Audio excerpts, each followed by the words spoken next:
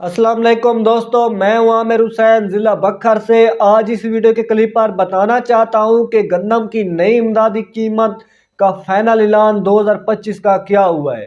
दोस्तों, आपके सामने 2025 का साल लग चुका है और गंदम की नई इमदादी कीमत के हवाले से जो भी मेरे पास नई नई इंफॉर्मेशन आई है वो इस वीडियो में मिलेगी।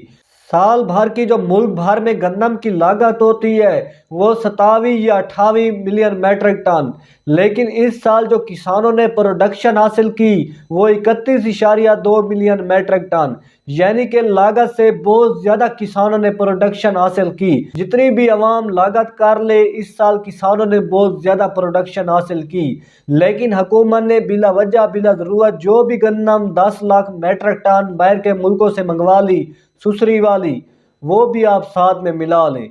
लेकिन हमारे मुल्क भर में जो गंदम का मुहाना इस्तेमाल हो रहा है वो 2.2 या 2.25 मिलियन मैट्रिक टन। बाकी जितनी भी गंदम बच जाएगी वो आने वाले साल के लिए काफ़ी होगी। दोस्तों, मैं आपको जो भी पॉइंट आप बता रहा हूँ ये बहुत अहम पॉइंट है, क्योंकि आपको इन्हीं पॉइंटों से समझ आ जाएगी कि अगले साल हमें क्या रेट मिलेगा गंदम का। क्योंकि हुकूमत जो भी गंदम का रेट फाइनल कर दे, ये हुकूमत अपनी बात पर नहीं टिकने वाली।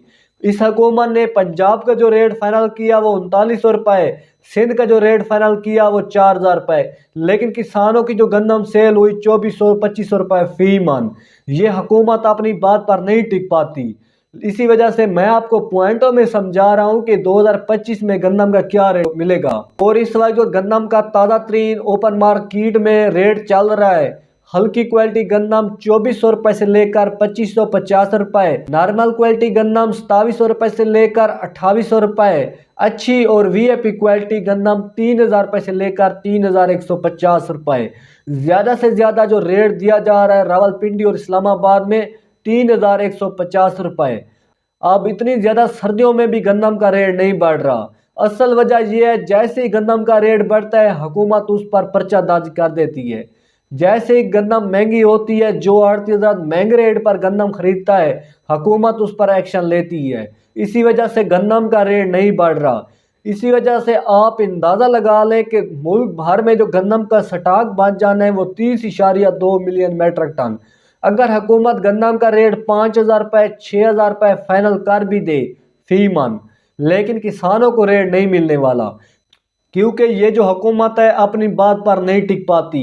अब हुकूमत ने पहले बहाना बनाया कि IMF और हुकूमत का मुआहदा हो चुका है, हुकूमत ने ओपन मार्केट पर गंदम का रेट छोड़ दिया और फ्लोर मिल वालों पर, लेकिन किसानों को रेट नहीं दिया गया। इस साल किसान रुल गए। जैसे ही हुकूमत को पता चला कि 2025 के लिए किसान बहुत ही कम रकबे पर गंदम काश्त करने वाले हैं, तो हुकूमत ने पहले किसानों को ग्रीन ट्रैक्टर स्कीम के हवाले से लालच दिया। फिर बड़े ज़मींदारों ने बहुत ज़्यादा रकबे पर गंदम काश्त की। दूसरे नंबर पर किसान कार्ड पर हुकूमत ने 1,50,000 रुपये की सब्सिडी दी। फिर बहुत ज़्यादा रकबे पर गंदम काश्त की गई। छोटे जो किसान थे वो खादे वगैरह नहीं खरीद पा रहे थे, उन्होंने किसान कार्ड पर 1,50,000 रुपये की सब्सिडी लेकर गंदम काश्त कर दी। इस साल भी गंदम की काफ़ी ज़्यादा काश्त की गई है। अगर 2025 में किसानों ने प्रोडक्शन बहुत ही कम ली, पैदावार कम ली, तो फिर गंदम का रेट बढ़ेगा ज़रूर। किसानों की अच्छे रेट पर गंदम सेल होगी। अगर किसानों ने 2025 में प्रोडक्शन बहुत ज़्यादा ली, गंदम की पैदावार बहुत ज़्यादा ली, तो फिर गंदम के रुलने के चांस बहुत ज़्यादा हैं, क्योंकि मुल्क भर में जो गंदम का स्टॉक है वो पहले से ही अगले साल के लिए काफ़ी है। 30.2 मिलियन मैट्रिक टन पड़ा हुआ है। तो इसी वजह से अगर किसानों ने प्रोडक्शन ज़्यादा ले ली तो फिर गंदम का रेट नहीं बढ़ेगा। अगर हुकूमत ने गंदम को बाहर के मुल्कों में इंपोर्ट किया, बाहर के मुल्कों में भेज दी गंदम, तो फिर गंदम का रेट बढ़ेगा ज़रूर। फिर गंदम इंतहाई महंगी हो जाएगी।